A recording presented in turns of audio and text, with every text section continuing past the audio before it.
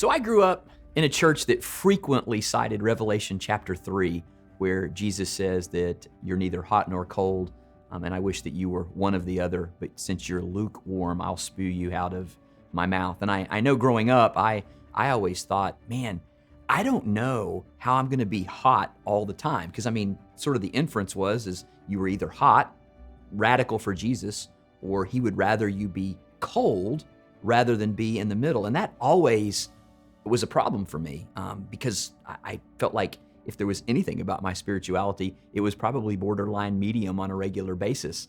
And so for a long time, I struggled with that. The guilt, the just sort of feeling like, does God really love me? Am I really a Christian? And all of that. Till one day when I was reading in Revelation and I was reading some commentaries and had started to go to school in the academic setting, I realized that where Laodicea, which is the church that Jesus is writing to in Revelation 3, Laodicea was located not too far from Hierapolis and Colossae, which were two other cities in that area.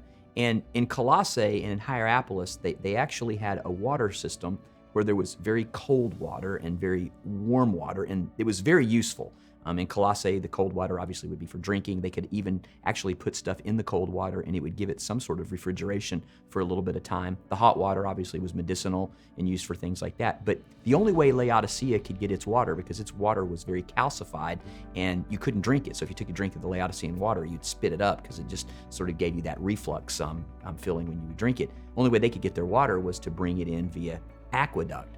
And so what would happen is that water that would come into Laodicea, whether it was cold or whether it was hot, as it traveled down the aqueducts, the cold water would warm up and the hot water would cool down. And so by the time it got to Laodicea, it was lukewarm. And what Jesus is really saying is he's saying, I know your works. He doesn't say, I know your salvational fervency.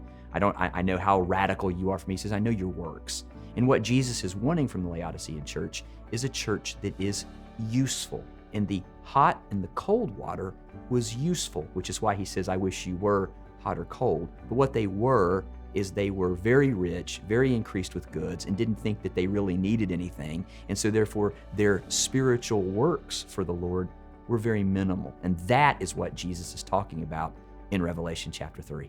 Hey, Chip here. I just want to take a moment and say thanks so much for watching Reaching the Next Generation. I really hope that this was something that was beneficial to you.